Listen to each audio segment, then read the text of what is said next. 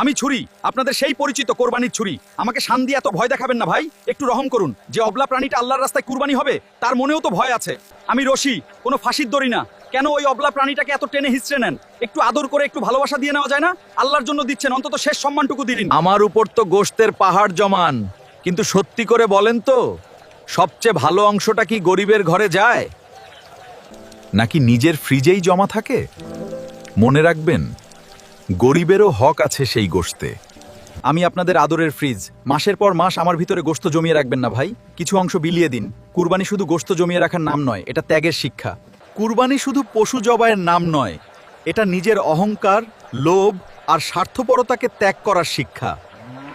এই ঈদে শুধু গোশত নয়, ভালোবাসা, সহানুভূতি আর আনন্দও বিলিয়ে দিন, যাতে ঈদের হাসি পৌঁছে যায় ধনী গরিব সবার ঘরে।